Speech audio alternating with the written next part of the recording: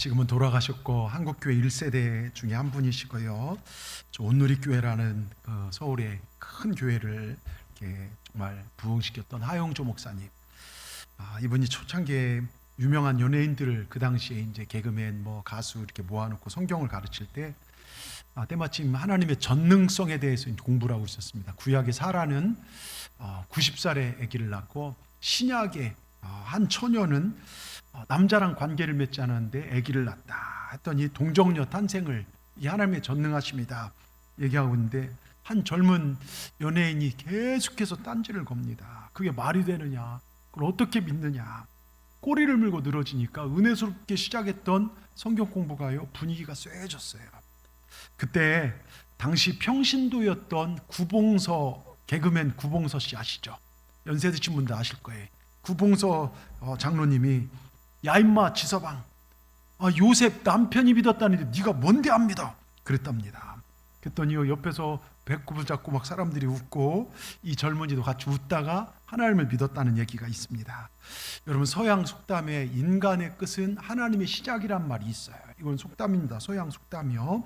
여러분, 인간의 우리의 가능성이 끝난 그 자리에 하나님이 우리의 길이 되신다는 거예요. 오늘 본문이 그걸 잘 증명하는데요. 오늘 본문은 아브라함 이야기합니다. 지금 아브라함, 사라는 남자와 여자로서의 기능이 거의 끝난 그 자락에 전능하신 하나님이 17장 1절에 찾아오십니다. 자, 성경에 보면요, 아브라함의 나이를 알려주는 곳이 몇 군데가 있는데, 처음 아브라함이 부름받던 12장 4절에 보면요, 12장 4절에 아브라함이 하나님이 부름받을 때 그 끝에 보면 75세였더라. 살던 땅을 떠나갈 때 75세. 여러분, 75세, 80세 이게 걱정이 아닙니다. 하나님은 75세에도 부르고 99세에도 역사가 일어나요. 믿음만 가지면요. 간혹 은퇴하니까 믿음도 은퇴하는 분들이 있는데 그거 아닙니다. 믿음은 날이 갈수록 더 뜨거워져야 돼요. 여러분, 그리고 근데 10년 동안 하나님이 자식을 안 주셨어요. 그래서 자신들의 꾀로 사라가 하갈이라는 몸종을 아브라함 처소에 집어넣어서 애를 낳아요. 그게 누굽니까? 이스마엘. 모은 무슬림의 시작이 이스마엘입니다. 그게 오늘 기록이요, 16장 16절, 우리가 읽은 17장 1절 바로 앞에 16절에 이렇게 써 있습니다. 하갈이 아브라함에게 이스마엘을 낳았을 때 아브라함이 86세였더라. 나이가 86세. 그리고 나서 오늘 17장 1절에 아브라함이 몇 세입니까? 99세 때에. 자, 그러면 16장 1 끝절하고 17장 1절, 그럼 16장과 17장은 몇 년 차입니까? 13년 차이죠. 13년 차이요. 자, 여러분, 한 절 사이에, 한 장 사이에, 한 절 사이에요 13년이란 세월이 흘렀어요. 자, 하나님께 자식을 주시겠다고 약속한 게 75세 때, 24년 전. 또한 아무런 말씀도 없으셨던 시간이 13년. 그런데 이 시간이 지난 어느 날 왜 문득 하나님 99세에 찾아오셔서 정말 너에게 자식을 주겠다, 왜 13년 동안 침묵하시고 99세 모든 가능성이 끝난 그때 찾아오셨을까요? 딱 한 가지입니다. 인간의 가능성이 끝난 자리, 하나님께서 역사하심을 보여주기 위함입니다. 이 순간은요, 바로 아브라함, 사라가 자식을 가질 수 있는 모든 가능성이 끝난 상황. 여러분, 아기를 낳는다, 이거 생물학적으로, 경험적으로, 과학적으로 죽은 몸입니다. 있을 수 없는 일입니다. 여러분, 신약 성경 이 상황을요, 로마서 4장 19절에 뭐라고 합니까? 그가 100세나 되어 자기 몸이 죽은 것 같고 사라의 태가 죽은 것 같음을 알고도 믿음이 약하여지지 아니하고. 여러분, 신약 시대의 믿음은 이런 믿음이었어요. 몸이 죽었어요. 100세, 여기 100세 되신 할아버지 없어요. 90세 된 할머니도 안 계세요. 제일 근사치 가신 분이 우리 이보건 권사님이실 거예요. 우리 이보건 권사님이, 죄송하지만 임신했다고 생각, 말도 안 되잖아요. 우리 전영자 원장님 막 놀래잖아요. 근데 사라는 그것보다 더 나이가 많은데 지금 임신되는 거예요. 이건 불가능한 역사. 여러분, 이때 아브라함 나이 100세, 아내 사라 90세, 경수가 끊어져서 아기를 갖기에 불가능한 상태. 하나님 바로 이 순간까지 기다리셨다는 것입니다. 여러분, 왜요? 아브라함이 나을 만해서 낳은 이삭이었다면요, 아브라함은 자신들의 사랑으로 만들었다고 생각했을 겁니다. 아들 이삭은 낳을 수 있어서 낳은 자식이 아닙니다. 사람의 모든 가능성이 끝난 그 자리에서 얻은 아들이었습니다. 그래서 그가 약속의 아들, 기적의 아들, 또 하나 다시 오실 예수님의 모형이었어요. 여러분, 모든 가능성이 끝나는 자리에 하나님이 역사하십니다. 이 사실을 믿으시길 주의 이름으로 축원합니다. 모든 걸 주님께 맡기시라는 거예요.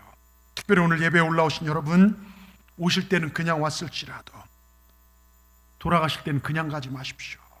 가실 때는 나는 하나님의 자녀다, 확실한 신앙의 정체성, 우리 하나님은 나를 사랑하셔서 독생자 예수를 죽이셨다, 여러분 하나님의 자녀라 확실한 신앙의 정체성 가지고 돌아가시고, 두렵고 힘들고 잔인한 세상에서 능력의 하나님, 전능하신 하나님의 손 붙들고 삶의 처소로 돌아가시길 주의 이름으로 축원합니다.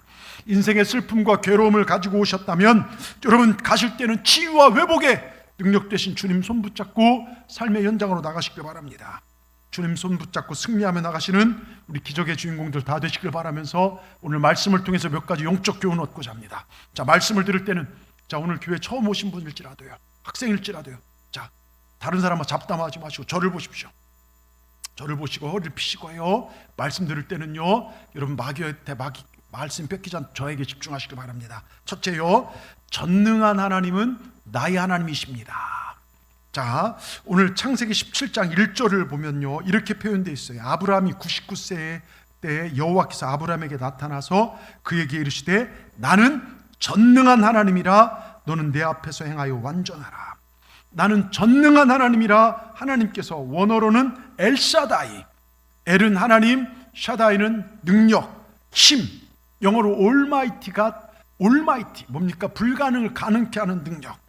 아브라함은요 엘샤다이 전능한 하나님을 만난 최초의 사람이 되었습니다. 여러분 우리 아브라함을 믿음의 조상이라고 얘기합니다. 여러분 믿음의 조상인 동시에요, 이 땅에서 전능한 하나님 만난 모든 사람의 시초가 되었습니다. 여러분 잘 들으십시오. 우리도 믿음으로 살아갈 때 전능하신 하나님 만날 수 있습니다. 전능하신 하나님 오늘 예배 자리에 우리와 함께 하십니다. 내 인간으로서의 가능성이 끝난 그 자리에서 아브라함은 바랄 수 없는 중에도 흔들리지 않는 믿음이 있었습니다. 로마 4장 18절에 뭐라고 써 있습니까? 같이 읽습니다. 아브라함이 바랄 수 없는 중에 바라고 믿었으므로. 여러분 보십시오, 이게 신약, 우리는 신약의 끝자락 살고 있어요. 신약 시대 성도들의 믿음은 바랄 수 없는 중에 바라고 믿었다는 겁니다. 불가능한 걸 믿었다는 것입니다. 100세의 나이에서도 하나님께서 내게 자식 준다 하셨다. 내 몸은 불가능하지만, 내 아내의 몸도 불가능하지만 하나님이 하시면 된다라는 믿음이 의학적으로, 과학적으로, 이성적으로 불가능한 상황을 뒤엎어버리고 어떻게 됩니까? 보란듯이 이삭을 태어나게 만들었어요. 바랄 수 없는 중에 바란 믿음이요. 여러분 믿음은 불가능을 뒤엎어버립니다. 믿음은 끝까지 제가 버티는 것이라고 말씀드렸어요. 모든 것 지나갑니다. 어려움도 아픔도 코로나도 다 지나갑니다. 근데 모든 것이 지나고 남는 것은 믿음으로 살아왔던 그 삶이 복으로 이어질 것이고, 그 끝에 네가 믿음 지키고 사는 걸 내가 보았노라, 우리 주님의 평가가 있을 것입니다. 우리 오직 믿음으로 사십시다. 편안한 안정감보다 불편하지만 고통스럽지만 믿음의 길을 뚜벅뚜벅 걸어가십시다. 이것을 아브라함이 바랄 수 없는 중에 바라고 믿었다고 우리에게 보여주고 있습니다. 오늘 본문의 상황은요 이런 거예요. 어느 날 나무 그늘 아래 앉아서 아브라함이 쉬다가 이런 독백을 합니다. 야, 75세 때 24년 전이구나. 하나님이 이제 우리 가정에 약속의 아들 주시겠다 약속하셨더니 내 나이 이제 99세. 나는 이제 남성으로서 내 아내 사라가 아이를 가진 거 이거 불가능한 상태다. 인간적으로 모든 가능성이 사라졌다. 사라와 나 사이에 자식을 얻겠다는 모든 희망은 사라졌다. 완전 절망이다. 이 느낌을 가질 때 하나님 찾아오셨어요. 13년 동안 침묵하셨으니까 심적으로 얼마나, 우리가요 여러분 한 주, 두 주, 세 주, 한 달만 예배 빠져보십시오. 여러분 하나님 인내 없네까지 갑니다. 예? 그런데요 아브라함도 절망 가운데 있었어요. 바로 이 순간 하나님이 찾아오신 하나님, 어떤 하나님이냐? 위로의 하나님이 아니라 전능한 하나님이셨어요. 내 인생의 한계 상황에 찾아오신 하나님, 전능한 하나님. 내가 낙심하고 절망할 때 찾아오신 하나님, 기다리다 지쳐 모든 걸 포기하고 싶을 때 나를 찾아오신 하나님이 전능하신 하나님이십니다. 내 가족이 깨져갈 때, 내 자녀가 아플 때 다시 한번 나를 이렇게 세워주신 분이 전능한 하나님이십니다. 그렇습니다. 여러분 인간의 끝은요 하나님의 새로운 시작이라는 것. 언제나 우리의 막다른 골목은요 하나님의 새로운 문이 되고 새로운 길이 된다는 걸 믿으시기 바랍니다. 그 새로운 길 대신 전능하신 하나님께서 나의 하나님인 걸 믿으시기 바랍니다. 따라합시다. 전능하신 하나님은 나의 하나님이시다. 여러분 이 믿음을 꼭 가지시기 바랍니다. 두 번째요, 나는 불가능하지만 하나님이 하시면 기적이 일어납니다. 여러분 16장을 보시면 16장 위에 보면 하갈과 이스마엘이라고 이렇게 써 있어요. 16장에서 하나님은 아브라함의 행태를 살펴봤어요. 13년 동안 침묵하셨던 하나님은 그동안 내가 말했지만 야 어떻게 75세의 아들을 줘, 어떻게 100세가 된 자에게 자식을 낳게 해 하고 아브라함을 도망쳐서 피해 있거나 숨어 계셨던 것이 아니라 아브라함을 꾸준히 지켜보고 계셨다는 거예요. 그의 믿음을 계속 살펴보고 계셨다는 것입니다. 여러분 13년 동안 아브라함은 하나님의 약속을 기다리다 지쳐서 그라하여 어떻게 합니까? 잔꾀를 부려서 하갈을 통해서 이스마엘 얻고 이거 하나님 주신 거다 얘기합니다. 자신의 꾀로 얻은 그 아들을 푹 사랑했어요. 왜 아브라함과 사라가 하나님의 약속을 기다리지 못하고 인간적인 수단과 방법으로 하갈을 택하여 이스마엘을 얻었을까요? 전능하신 하나님 만나지 못했기 때문이에요. 왜 오늘 우리가 하나님의 방법대로 인간적 편법으로 여러분 문제를 해결하랍니까? 전능하신 하나님 우리가 제대로 만나지 못했기 때문에 그래요. 왜 우리가 신앙생활을 껄핏하면 낙심하고 좌절하고 원망하고 불평하며 살아가야 합니까? 전능하신 하나님이 내 눈에 안 보이니까요. 내 눈에 전능하신 하나님 안 보이기 때문에 그래요. 왜 신앙생활에 쉽게 지쳐서 세상에 빠지고 왜 믿음 생활에 힘을 얻지 못한 이유가 뭡니까? 전능하신 하나님 믿지 못하기 때문에 그래요. 여러분 히브리서 기자는요 히브리서 4장 2절에 이렇게 얘기합니다. 복음을 들었지만 말씀이 그들에게 유익되지 못하는 것은 말씀이 믿음과 결부되지 못했기 때문이라고요. 히브리서 4장 2절 띄워주십시오. 여러분 같이 한번 읽어보겠습니다. 자, 그들과 같이 우리도 복음을 전함을 받은 자이나 들은 바 그 말씀이 그들에게 유익하지 못한 것은 듣는 자가 믿음과 결부시키지 아니함이라. 여러분 말씀을 들으면요 그걸 믿음으로 오늘 이 단에 선포되는 전능하신 하나님이란 내 믿음과 결합될 때 그게 능력이 되는 것입니다. 들었긴 들어요. 그런데 내 믿음과 내 상황에 결합시키지 못합니다. 여러분 예수님은요 백부장에게 뭐라고 합니까? 백부장이 자기 하인 죽게 생겨 예수님 찾아왔어요. 예수님이 그 믿음을 모시고 가라 네 믿음대로 될지어다. 그 즉시 하인이 죽을 병 걸린 하인이 살아납니다. 전능하신 하나님 역사하신 자리, 기적이 일어난 자리에 가장 바탕이 되는 게 뭔지 아십니까? 믿음입니다. 여러분 우리 눈앞에 보이는 환경과 한계만을 바라보고 아무것도 할 수 없다고 포기하지만 한계를 뛰어넘을 듯한 믿음과 함께 내게 능력 주신 자 하나님이 함께 하심을 믿고 포기하지 않고 끝까지 노력할 때요 믿음대로 나가면 하나님이 역사하십니다. 우리 포기하지 마십시다. 여러분 다윗 보십시오. 쫓기고 쫓기는 상황에서 하나님 바라보고 결국 하나님 말씀대로 왕이 돼요. 시편 21편 1절에 이런 고백을 합니다. 여호와여 왕이 누굽니까? 다윗. 나 같은 정말 일개목동이 왕이 될 수 있도록 주의 힘으로 말미암아 기뻐하고 주의 구원으로 말미암아 크게 즐거워하리다. 내가 목동인 내가 왕이 된 것도 내가 능력 있게 사는 이유도 주님의 힘 때문입니다. 하나님의 힘이 내 기쁨이 되고 하나님의 구원하심이 내 즐거움이 된다고 이런 고백합니다. 이 고백 저와 여러분의 고백되기를 주의 이름으로 축원합니다. 하나님의 전능하심이 그 놀라운 역사가 저와 여러분의 기쁨 되시길 주의 이름으로 축원합니다. 여러분 인생의 최대 위기 속에서도 하나님은 아브라함 혼자 내버려 두지 않고 선한 길로 인도하시고 영원히 동행하십니다. 그분이 바로 아브라함의 하나님, 나의 하나님, 전능하신 하나님이십니다. 여러분 믿으십시다. 이러한 아브라함에게 하나님 나타나셔서 말씀하십니다. 나는 약속을 지키는 하나님이다. 나는 기적을 만드는 하나님이다. 너는 불가능하지만 나는 전능자다. 여러분 전능자란 말이요 잘 들으십시오. 저를 보세요. 성경에서 제일 많이 나온 데가 어딘 줄 아십니까? 성경에요 전능자란 말이 약 48번인가 50번 정도 나오는데요 제일 많이 나오는 성경이 어딘 줄 아십니까? 욥기예요. 여러분 잘 들으십시오. 성경에서 가장 고통당한 사람이 누굽니까? 욥입니다. 인생 고통의 책 욥기에 무려 30번이 넘게 나와요. 인생의 고통의 터널을 지날 때 고난과 괴로움과 외로움과 배신과 참을 수 없는 아픔의 험난한 산등성이를 그 삶의 질고를 지고 헉헉거리고 넘어야 할 때 찾아오신 하나님 바로 전능하신 하나님이라는 거예요. 여러분 보십시오. 히브리 노예들요 출애굽을 할 때요 200만이나 되었던 그들이 당대 최고 애굽에서 어떻게 탈출합니까? 여러분 로마의 그 애굽의 군대와요 이스라엘 백성들은요 여러분 다 노예였어요. 그러니까 유치원 100명하고 특공대 100명하고 싸우는 꼴입니다. 어떻게 그 싸움에서 이길 수 있습니까? 전적으로 하나님의 역사라는 것이죠. 그 200만이 되는 가축까지 치면 더 많습니다. 제가 이번 휴가 때요 광은기도원, 경기도 오산의 광은기도원에 갔습니다. 거기 성막인데요 그것을 해석하시는 강사님께서 이스라엘은 숫자를 세는데 30살 미만은 숫자에 앉는다는 거예요. 그리고 여자 가족이 사는데 남편이 죽거나 혼자 돼갖고서 여자랑 자녀만 있으면 한 가구로 앉힌대요. 그러니까 60만 가구라는 것은요 실제로 따지면요 200만 명이 훨씬 넘는다는 것이죠. 여러분 그리고 정말 보십시오. 그러니까 60만 가구가 나왔다는 것은 더 많은 숫자가 나왔다는 것이에요. 그러니까 그들을 장장 40년 동안 먹이셨어요.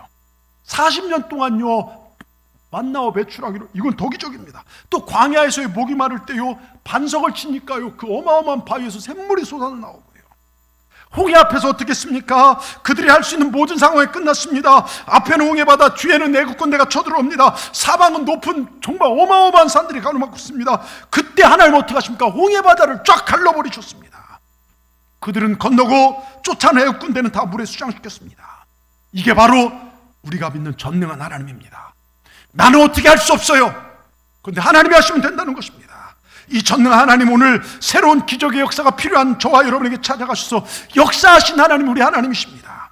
그분은 약속을 지키신 분이십니다. 그래 창세기 17장을 쭉 읽어보면요 약속, 언약이란 말이요 13번씩이나 반복적으로 등장하고 있습니다. 이게 무슨 얘기인 줄 아십니까? 사람들은 약속을 잊기도 하고 때로는 그 약속을 지킬 힘이 없을 때도 있어요.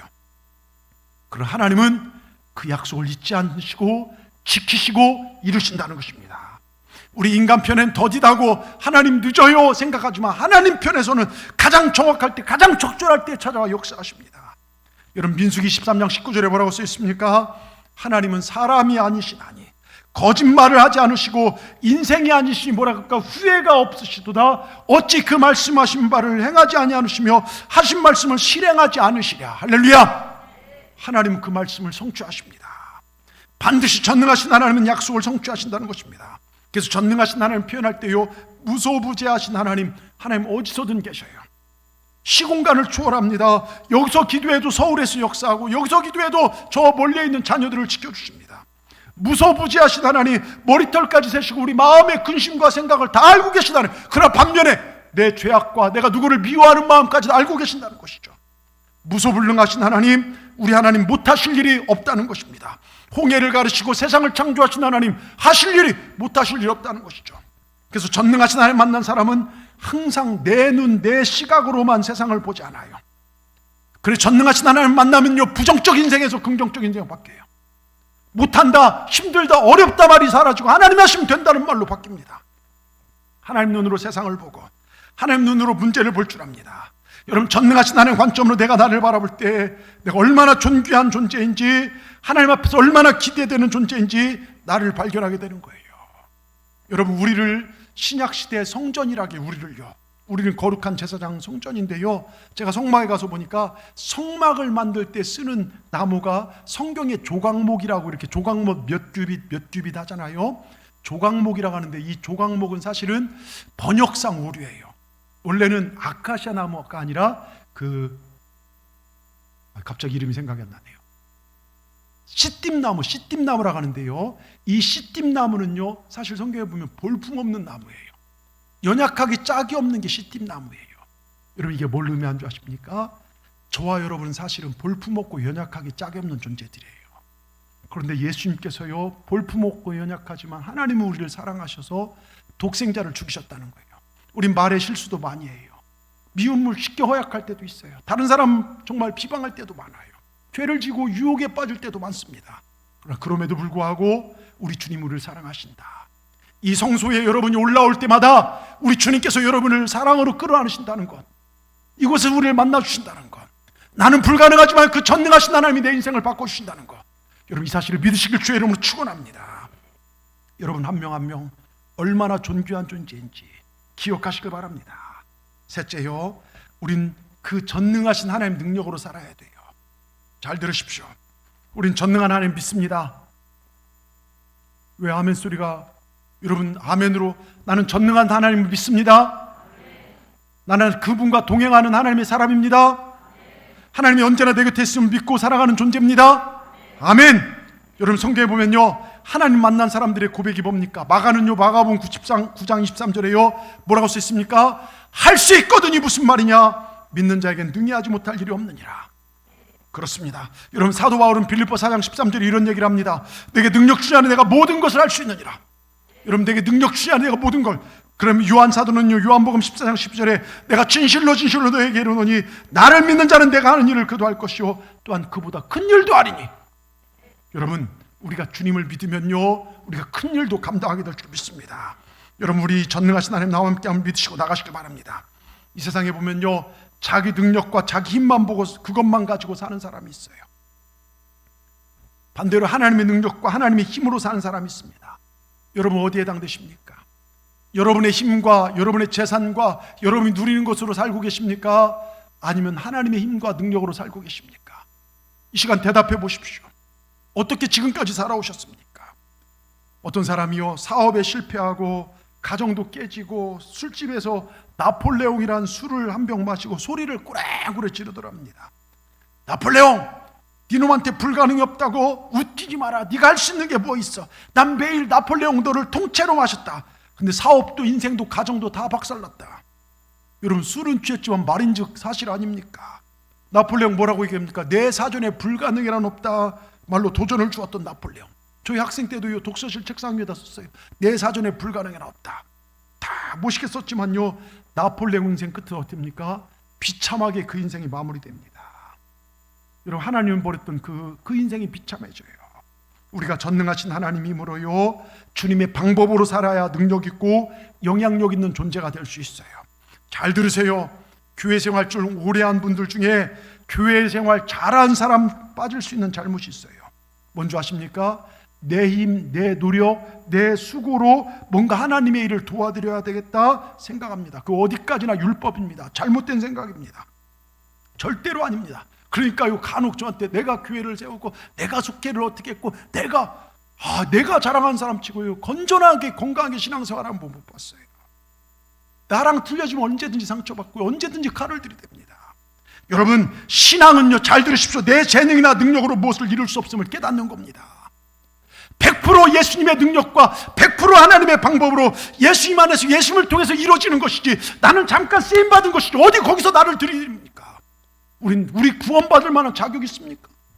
우리가 뭘 잘해서 하나님이 독생자 예수를 죽이실 수 있습니까? 우리는 하나님의 능력으로 구원받고 살아간 존재들입니다. 여러분 이게 신앙생활이에요. 이거 바로 알아야 돼. 이거 바로 모르니까 한국교회가 매일 싸우고요, 예? 마치 내가 교회 주인 양 얘기하고요. 여러분 초대교회 역사를 보십시오. 로마에요, 엄청난 잔인하고 핍박 안에 있으면서요, 그럴 때도 내가 교회 이럴 사람도 없을 거예요, 핍박 안에서. 그런데 초대교회는요, 로마의 무섭고 잔인한 핍박 아래 있으면서 그때 어떻게 합니까? 교회는 더 불길처럼 타올랐어요. 때리면 때릴수록 화산처럼 타오르고요, 핍박을 당하면 그 불똥들이 옆에 터서 거기서 교회를 일으켰어요. 그런데요, 313년 콘스탄틴 대제 때요, 기독교가 국가로 공인되면서 기독교는 생명력을 잃어버렸어요. 여러분 모든 길은 로마로 통한다고 하잖아요. 로마가 얼마나 대단한 존재입니까? 로마의 황제를 상대로 은빛 독수리가 가는 곳마다 모든 나라들이 정복되어졌죠. 로마를 등에 업은 기독교는요, 그때부터 전능하신 하나님 없어도요, 황제의 권능과 권위로 세상에 전파되는 진귀한 상황이 벌어졌어요. 예? 기독교는 그때부터 능력을 이뤄가고 있어요. 여러분 참 제가 교회사를 공부하다 홍콩 갔다 깨달은 것 중에 참 감사한 게요, 홍콩이나 중국은 우리보다 기독교가 정말 훨씬 먼저 들어갔는데 기독교 숫자가 약해요. 교회가 거의 없어요. 홍콩은요, 화려하게 작은데 밤에 귀신 본 사람들이 그렇게 많아요.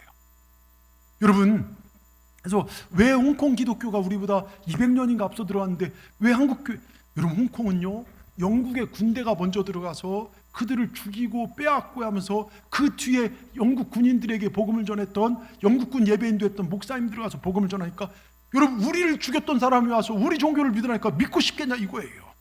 근데 한국 기독교는 그렇지 않아요. 참 감사한 게 한국 기독교는요, 선교사님들이 먼저 들어와서, 군대가 먼저 들어온 게 아니라 선교사님 먼저 들어와서 토마스 선교사님은 성경 던지고요, 여러분 정말 순교당하고, 수많은 선교사님들 핏값이 정말 먼저. 그래서 한국교회가 이렇게 부흥될 수 있었어요. 참 우리는요 정말 감사하고 살아야 돼요. 여러분 보세요. 초대교회는요 사도행전 3장 6절에 은과 금은 내게 없거니와 내게 있는 것을 내게 주노니 나사렛 예수 그리스도의 이름으로 일어나 걸으라 그럽니다. 우리는 은과 금, 돈이 능력이 아니라 예수님이 능력이 되는 게 우리 삶이 되어야 돼요. 이게 초대교회입니다. 초대교회는 사람도 모자랐고요, 여러분 이렇게 더울 때 에어컨이 어디 있어요? 추울 때 난로가 어디 있습니까? 돈도 모자라고 은도. 근데 나사렛 예수 씨의 능력이 있었어요. 그러나 기독교가 로마 황제와 타협하면서도요 은과 금은 많아졌고 화려한 교회가 세워졌지만 예수 그리스도의 이름을 잃어버렸어요. 교회는 교회의 본질을 상실하고 만 것입니다. 생명, 종교가 돼버렸어요. 기독교는 종교가 아니에요. 생명입니다. 여러분 예수님 잘 믿어야 돼요. 이건 내 영생이 관련되어 있습니다. 이건 사느냐 죽느냐 천국과 지옥의 문제입니다. 능력이 방법이 되었어요. 지금 한국교회 똑같지 않습니까? 촛불 들고 한쪽은 태극기 들고 한쪽은 진보고 한쪽은 보수고, 목회자들 장로님들 왜 교회에서 좀 이름 깨나 하는 사람들 정치에 휩쓸리고 앞장서고 정권 타도하죠 뭐하죠. 여러분 복음으로 서야 하는데요, 오직 예수로, 예수 그리스도의 이름, 그 이름의 능력으로 나가야 하는데 은과 금, 정치와 결합되어 있어요. 여러분 이게 타락입니다. 능력이 방법이 되는 게 타락이에요. 하나님 아닌 다른 것을 의지하고 사는 것이 타락입니다. 지금 우리가 그렇지 않냐 이겁니다. 여러분 은과 금을 의지하지 않습니까?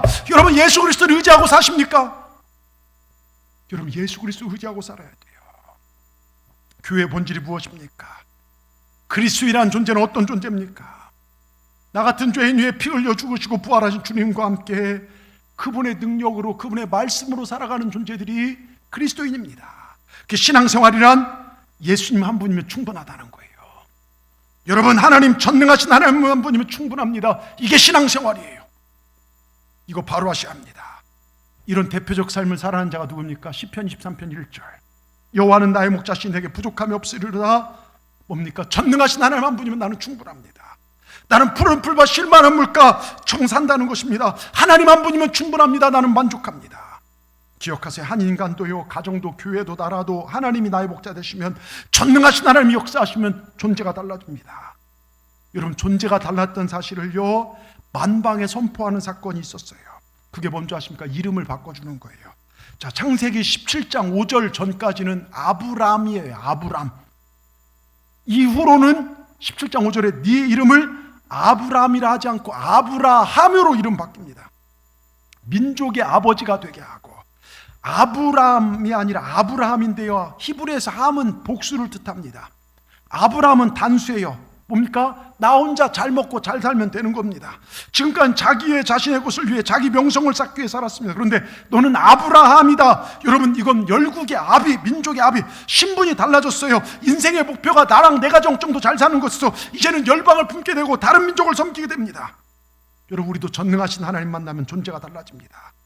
나를 위해 살던 삶이요, 내 명성만을 추구했던 삶이요, 이제는 비전과 사명을 가진 삶으로 바뀌어요.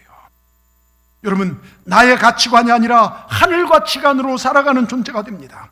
15절 16절 창세기 17장 15절 16절 보면요, 아브라함뿐만 아니라 사레도 이름이 사라로 바뀝니다. 가정이 복의 근원 되려면요 가족이 함께 변해야 돼요. 교회가 복의 근원 되려면요 교회의 모든 성도들이 함께 변해야 합니다. 나만을 위한, 나의 이익을 위한, 그게 신앙생활이라면 이제는 열방을 위해서요, 나보다 다른 사람을 섬길 줄 알고요, 이것을 우리가 발견할 줄 알아야 합니다. 제가 한국교회 부흥하는 교회들을 연구하다 이걸 발견했어요. 교회 성장하다가요 어려움에 처했던 우리 선배 교회들, 어떻게 그 어려움을 돌파하고 저런 큰 부흥을 이뤘을까? 물론 하나님이 하셨지만 그때 그곳을 담당했던 목사님들이 했던 것이, 그 어려움 속에 했던 게 선교였습니다. 교회가 어렵고 힘들지만 선교사를 파송하고 선교라고 선교지에 교회를 짓고 하나님 기뻐하신 걸 먼저 했습니다. 그때부터 하나님께서 확실하게 일하신 것을 보았다는 것입니다. 여러분 그저 내 교회, 내 가정 잘 되는 수준이 아니라 이제 여러 민족을 살리는 그 일을 우리가 감당해야 돼요. 여러분 거기에 하나님의 은혜가 있습니다. 우리 가정, 우리 교회, 우리의 가치관이 하나님 기뻐하는 가치관으로 바꿔야 돼요. 말씀 가치관으로요. 제가 아까도 얘기했지만 이번 휴가 때 광은 기도원, 오산에 있는 기도원에 갔어요. 기도원 가서 기도도 하고 거기에 세계 성막 센터라고, 혹시 가보신 분 계십니까? 세계 성막 센터가 있어요. 성막이 뭡니까? 출애굽할 때 하나님께서 모세에게 말씀해서 내가 너희와 함께 할 것이니까 성막을 절하해서 하나님 친히 정말 계획도까지 다 줘서 진 것이 성막인데요, 세계의 성막 원형처럼 똑같이 있는 게 세계에 딱 세 군데 있어요. 이스라엘 한 군데, 미국에 한 군데, 한국에 광은 오살 거기에 있습니다. 나중에 여러분 꼭 시간 되면 제가 여러분 모시고 1박 2일 정도로 그곳을 가고자 해요. 너무 큰 은혜를 받았어요. 여러분 시간이 되어 접수를 하고 성막에 대해 공부를 쭉 하고 성막문에 들어가기 전에 그 문 앞에, 큰 문 앞에 거기서 외칩니다. 뭐라고 외친 줄 아십니까? 주는 그리스도시요 살아계신 하나님의 아들이십니다. 그걸 외친 자만이 그곳에 들어가요. 이 고백을 드린 자만이 그곳에 들어갑니다. 근데 그곳에서 강의를 듣는데요, 성막은요 잘 알 것처럼 큰 이렇게 200규빗 100규빗 이렇게 갖고서요, 네모나 있고 들어간 번제단 있고 물두멍이 있고 성소, 이렇게 건물이 있어요. 교회당처럼 성소가 천막으로 만들어서 성소와 지성소가 있는데요, 여러분 근데 대부분 한국 교회가 그 성막의 문에 들어온 것처럼 주는 그런 사람이 뜰만 밟는다는, 뜰만 밟고 신앙생활 다 한 것처럼 거기서 제단 좀 싸고 손 씻고 그게 신앙생활 다 한 것처럼 여긴다는 거예요. 그러면서 그 강사님 그런 얘기를 해요. 우린 아무 데서나 대충 예배드리면 온라인으로 예배하고 헌금 온라인으로 하면 된다고 생각하는데, 성막에 가서 그 현장을 보면서 깨닫는 것은 하나님은 성전으로 이스라엘 백성을 초청하시고 그곳에서 우리를 만나신다는 것입니다. 그 출애굽기에요, 내가 거기서 너와 만나고란 얘기가 있어요. 지금 코로나 시대 우리 한국교회는 세상과 타협하며 적당한 선에서 헌금하고 온라인으로 지금 같은 날 세상을 배려한다 예배하고, 아니라는 거예요. 성막, 우리가 제대로 성경만 한다면 그런 얘기 못 한다는 겁니다. 성막에요, 성전 예배 올라와서 주님을 만나야 한다는 것입니다. 거기서 내가 너와 만난다는 거, 하나님은 아무 데서나 우리를 만나준다는 게 아니에요. 성전에서 내가 너와 만난다는 것입니다. 여러분 이 성전 예배가 얼마나 중요한지 기억하시기 바랍니다. 여러분 우리의 예배 가치관이요, 하나님 가치관으로, 말씀 가치관으로 변화해야 됩니다. 휴가 기간 중 라오스 선교사님 만났어요. 선교 별말을 전해드리면서 참 제가 볼 때는 성자 같은 선교사님이세요. 선교사님 세계도 어떻게 보면요, 돈 밝히고 편하게 사는 분들도 있는데 이분은 정말 라오스 사람과 똑같이 살려고 하는 정말 귀하신 분이에요. 한 동영상을 찍어서 저한테 보여주는데 젊은 애기 엄마가 애기를 안고 엎어져 있는데요, 거기는 16살 17살이면 애기를 낳아요. 너무 못 사니까요. 저희 딸 예지만한 애가 애기를 낳고요, 한 남자가 와서 때립니다. 퍽 하고 머리를 치니까요, 애기를 안고 기절하면 바들바들 떨어요. 내용이 뭡니까? 예수 믿는다고 시아버지가 애기 놓고 나가라 가니까 못 나간다. 예수 안 믿으며 살고 교회 다닌다면 나가라! 그렇게 못 나간다니까요. 사람을 발로 밟고 개패도 때립니다. 그런데 끝까지 애기 안고 믿음을 지키고, 한 사진을 보였는데 그 남편이 좀 모질라요. 남편하고 둘이 애기를 안고 이렇게 사진을 찍고 있어요. 저희가 선교한 후원금으로요, 대나무 집을 만들어서 교회 옆에 살도록 해줘서 그 교회 옆에 집을 짓고 거기 사는 거예요. 여러분 라오스 기독교인이 20만 명 정도밖에 되지 않아요. 그러나 그들은 집들마다요 이렇게 사진을 보였는데, 이렇게 십자가를 어디 구할 수 없으니까 칼로 십자가를 거요. 나무에 새겨서 문 앞에 표시한답니다. 이게 무슨 의미입니까 했더니, 너희들 핍박하려면 해라. 나는 그래도 예수 버리지 않는다. 나는 누가 뭐라 해도 구원자 예수 믿는다. 제가 그걸 들으면서요 제 마음이 울었어요. 내 신앙과 한국교회 우리의 세상을 위한다는 명목 아래 예배를 폐하고 조금 모이기를 정말 독려하면요, 뭘 이 시대에 모이냐 비판하고, 성경적 교인이 아니었구나, 종교인들을 내가 만들고 있었구나. 여러분 우리 핍박이 와도요, 모진 고난이 와도요, 오직 예수로 서야 합니다. 여러분 거기에 구원이 있어요. 우린 말씀으로 돌아가야 돼요. 여러분 말씀으로 돌아가야 합니다. 다시 창세기 17장 15절 16절, 여기 사라는요, 사례는 처음 이름 뜻이 공주란 뜻이에요. 한 집안에 살림살이하면서요 살던 여인, 남편한테 정말 공주 대접하면서, 근데 복수 사라는요 열국의 어미란 뜻을 가지고 있습니다. 집안에서 바가지나 긁으며 사소한 일에 걱정하고 불평하며 사는 여자 같은 존재가 아니라, 여러분들 우리 여자분들 저를 보십시오. 사례가 되지 마시고 사라가 되십시오. 예? 여러분 정말로 열국을 품고 기도하는 어머니들이 되시길 바랍니다. 자식 하나 없는 아브라함과 사라를 보고요, 사람들이요, 야, 아브라함은 여러 민족의 아버지고 저건 여러 민족의 어미라 사람들이 뭐 비웃었겠죠. 이름을 불러놓고 킥킥대고 웃는 사람도 있었을 것이고, 자식 없는 자들이 무슨 여러 민족의 어미를 대놓고 비운 자도 있을 것입니다. 근데 아브라함을 비웃던 자들 모두 훗날에 어떻게 됩니까? 부끄러움 당하게 됩니다. 왜요? 아브라함 비웃는 건 전능한 하나님 비웃는 거예요. 하나님의 종을 비웃는 건 하나님을 비웃는 것입니다. 보십시오. 지금 지구상에요 70억 인구가 살고 있어요. 그 가운데 기독교인이요, 천주교, 유태인, 이슬람교인 35억입니다. 절반 이상이 넘는 인구가 적어도 아브라함을 믿음의 조상으로 여깁니다. 여러분 아십니까? 이게 하나님의 역사입니다. 성경에 전능한 하나님을 만난 이름과 존재와 바뀐 사람들 너무나 많잖아요. 아브라함도 아브라함으로 바뀌었고요, 사울은 바울로 바뀌고요, 시몬은 베드로 바뀌고, 죄인 고종광은 의인 고종광으로 바뀌고요. 여러분 죄인된 우리가요, 지옥 갈 우리가요, 수많은 정말 마귀의 자식들이 하나님 가족, 하나님을 아버지로 부르게 되었지 않습니까? 여러분 잘 들으십시오. 집사님, 장로님, 권사님, 목사님, 세상이 줄 수 있는 이름이 아니에요. 우리가 직분을 탐하지는 말아야죠. 직분을 탐하려다 보면요, 거기 마귀가 틈타서 하나님의 교회를 상처 입히더라고요. 여러분 그렇지 않습니까? 그런데 직분의 영광을 안고 살아야 돼요. 알고 살아야 돼요. 내가 무엇이간데 하나님께서 이 고귀한 일을 내게 맡기나 겸손한 마음으로 그 영광스러운 직분을 잘 감당해야 합니다. 묻습니다.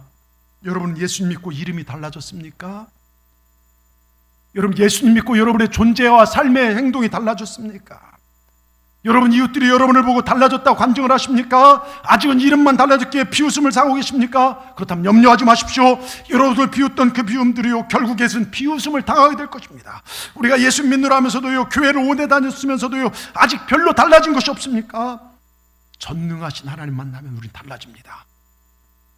여러분 오늘 왜 나오셨습니까? 예? 우린 전능하신 하나님 만나러 왔어요. 주님께서 우리를 불러서 여러분 성막에, 여러분이 성소라면 이게 지성소예요. 이 자리에서 주님이 이곳에서 내가 도와준다 출애굽기에 분명히 얘기해요. 이 자리는요 주님 만나는 자리입니다. 주님이 이곳에 계십니다. 여러분 정말로 주일이니까 교회가 만드니까 아닙니다. 우린 전능한 하나님, 우리의 길을 만드시고 기적을 행하시는 그 하나님 만나러 왔습니다. 그 하나님을 경외하러 왔습니다. 하나님을 경외하면 하나님 천사를 보내요. 모든 어렵고 더러운 것들로부터 우리를 진을 치시고 우리를 그 아픔과 괴로움에서 우리를 구원해 주신 걸 믿으시길 바랍니다. 그래서 주님께 피하는 자는 복이 있고, 젊은 사자가 궁핍하여 줄일지라도 여호와를 찾는 자는 모든 좋은 것에 부족함이 없도록 넘치도록 채워주십니다. 시편 34편 7절 10절 말씀이에요. 14편 7절 같이 읽습니다. 여호와의 천사가 주를 경외한 자를 둘러 진치고 그들을 여러분 여호와를 우리를 둘러 진친다는 거예요. 외부의 적들이 침치 못하도록. 8절 너희는 여호와의 손에 맛보할지어다 그에게 피하는 주의 진안으로 들어오라는 거예요. 이 성전 안으로 들어오는 겁니다. 9절 뭐라고 써 있습니까? 너희 성도들아 여호와를 경외하라. 그를 경외하는, 여러분 성전 뜰만 밟지 말고 와서 진짜 하나님을 경외하라는 거예요. 말씀과 믿음을 결부시키라는 것입니다. 그럴 때 10절 뭐라고 써 있습니까? 젊은 사자는 궁핍하여 줄일지라도 여호와를 찾는 자는 모든 좋은 것에 부족함이 없으리로다. 하나님을 찾는 자는 모든 좋은 것에 부족함 없도록 하나님이 우리 인생에 채우실 줄 믿습니다. 오늘 이 거룩한 주일에 전능하신 하나님 만나 우리 본질이 달라집니다. 죄인이 의인됩니다. 나밖에 몰랐던 사람이 열방을 품게 됩니다. 불평만한 언어가 축복의 언어로 바뀝니다. 지적질하던 말이요 세워주는 말로 바뀝니다. 오늘 주님 만나면 문제만 보던 그 눈이요 사명을 보고 내가 뭘 섬길까, 내가 뭘 섬길까, 여러분 눈으로 받게 될 것입니다. 그런 여러분을 하나님 천사를 보내어 지키실 줄 믿습니다. 그 하나님 나의 하나님이십니다. 끝으로 시간을 갖지만 같이 드립시다. 여러분 같이 읽습니다. 제목이 좀 깁니다. 같이 읽습니다. 시작.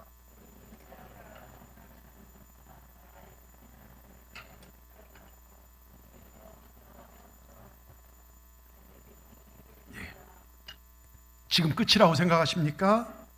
내 끝은 하나님의 시작임을 기억하시고 우린 더 충성하고 헌신하셔서 하나님의 만지심을 경험하십시다. 아브라함은 자신의 한계만 보고 모든 것이 끝장났다고 생각했죠. 그럼 하나님은 아브라함을 포기하지 않으셨어요. 모든 것이 끝난 것이 아니라 99세 이제 시작이라는 거예요. 여러분 오늘 아침 교회에 달려나올 때 나는 이제 끝이다. 나이도 먹고 이제 그런 마음으로 오신 분 계십니까? 이러지도 저러지 못하고 꽉 막힌 상황에서 갈 길을 알지 못하여 방황하다 오신 분 계십니까? 꿈꾸고 계획했던 것들이 코로나로 막히고 경제적으로 막혀서 오신 분 계십니까? 큰 일을 계획했지만 내 힘으로 내 능력으로 감당할 수 없어 쩔쩔매신 분이 계십니까? 내 자녀 문제로 그렇게 기도했는데도, 가정 좀 세워보려고 노력했는데도 안 돼서 정정근근 나오신 분 계십니까? 잘 들으십시오. 여러분의 끝이 하나님의 새로운 시작임을 이 설교를 통해 듣고 믿으시길 바랍니다.